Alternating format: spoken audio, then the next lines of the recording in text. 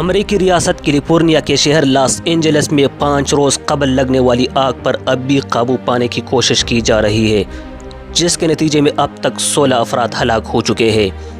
متاثرہ علاقوں سے سامنے آنے والی تباہی کے مناظر پر تبصرہ کرتے ہوئے لاس اینجلس کاؤنٹی کے شeriف رابرٹ لونا نے شہر کا موازنہ ایٹم بم کے بعد کی تباہی کے مناظر سے کیا۔ انہوں نے گزشتہ روز ایک پریس کانفرنس کے دوران بات کرتے ہوئے کہا کہ ایسے لگ رہا ہے جیسے ان علاقوں پر کسی نے ایٹم بم گرایا ہو۔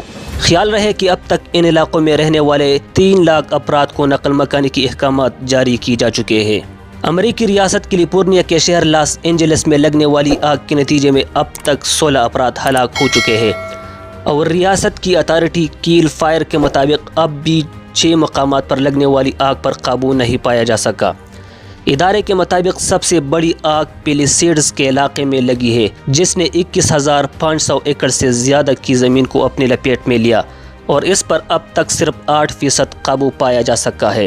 ایٹن کے علاقے میں لگنے والی آگ نے 14,000 ایکڑ سے زیادہ زمین کو متاثر کیا، اور اب تک صرف 3% پر قابو پایا گیا۔ اس کے باعث اب تک کم سے کم 1,000 عمارتیں تباہ ہو چکی ہیں۔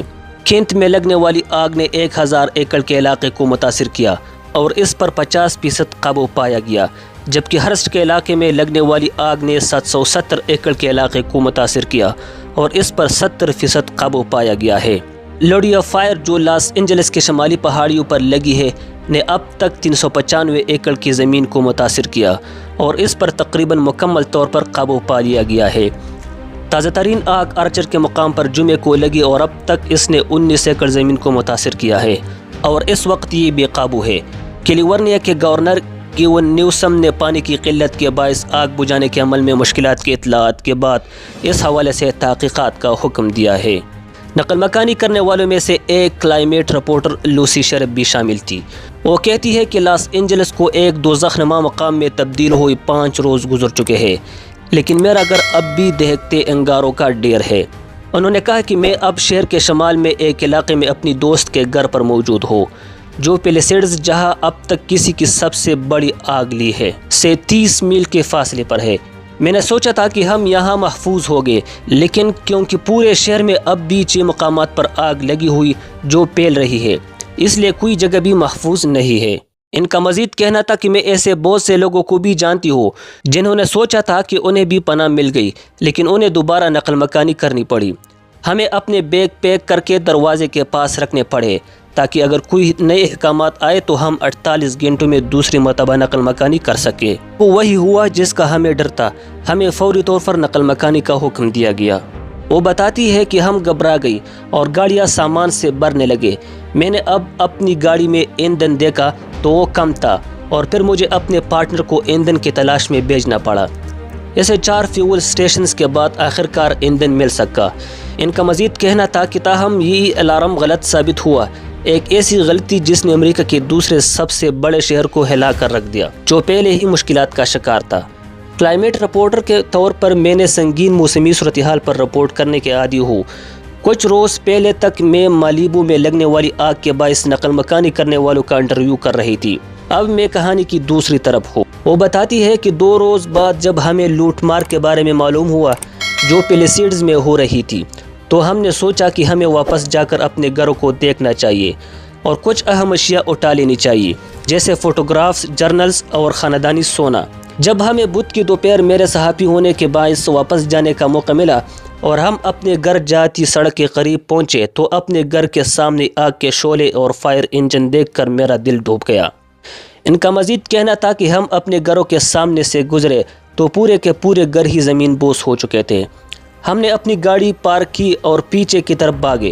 جیسے ہی میں نے وہ منظر دیکھا، میں نے ایسے کچھ قدم پیچھے ہوئی جیسے مجھ سے کوئی چیز ٹکرائی ہو۔ جہاں ایک وقت تک 20 گھر کھڑے تھے، اب صرف انگاروں کے ڈھیر تھے۔ انہوں نے کہا کہ فائر فائٹرز جن کے چہرے راکھ سے اٹے ہوئے تھے ہم سے معذرت کر رہے تھے کہ وہ ہمارا گھر نہیں بچا پائے۔ میں رو رہی تھی اور ان کا شکریہ ادا کر رہی تھی کہ انہوں نے ہمارے لیے اتنا کچھ کیا۔ مجھے اپنی ہمسایوں کو کال کر کے یہ بتانا پڑا کہ ان کے گھر جل کر راکھ ہو چکے ہیں۔ مجھے الفاظ کے چناؤ میں بھی مشکل درپیش تھی۔ لوسی شرپ کہتی ہے کہ ہمارے علاقے کا زیادہ تر حصہ، میں کہوں گی 90% حصہ زمین بوس ہو چکا ہے، سب ختم ہو چکا ہے۔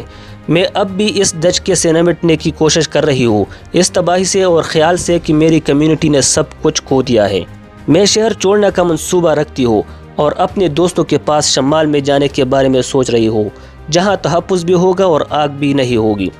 ان کا مزید کہنا تھا کہ میرے خیال میں اب مجھے لاس اینجلس واپس آنے میں کافی وقت لگے گا۔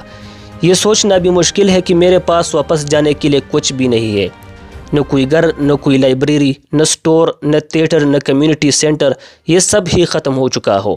میں یہی سوچتی رہی ہوں کہ مجھے بھاگنے سے پہلے مزید سامان اٹھانا چاہیے تھا۔ انہوں نے کہا کہ لیکن پھر مجھے وہ واضح لمحہ یاد آیا جب اپنے گھر سے نکلنے سے پہلے اپنے بیڈ روم میں کھڑے ہو کر میں فیصلہ کرنے کی کوشش کر رہی تھی کہ مجھے اپنے ساتھ کون سی بالیاں لے کر جانی چاہیے۔ پھر میں نے خود کو بآواز بلند کہا، صرف وہی لے کر جاؤ جو تمہیں چاہیے۔ تمہیں کیا چاہیے؟ اور مجھے اپنے پسندیدہ کپڑوں، جوتوں اور جیولری کو دیکھتے ہوئے اس لمحے میں خیال آیا کہ مجھے اس میں سے کچھ بھی نہیں چاہیے۔ میں نے اپنی نانی کی انگوٹھی، پاسپورٹ اور برتھ سرٹیفکیٹ اٹھائے اور باقی سب جلنے کے لیے چھوڑ گئی۔ اس ویڈیو کو لائک کریں، ہمارے چینل کو سبسکرائب کریں اور بیل آئیکن ضرور پریس کریں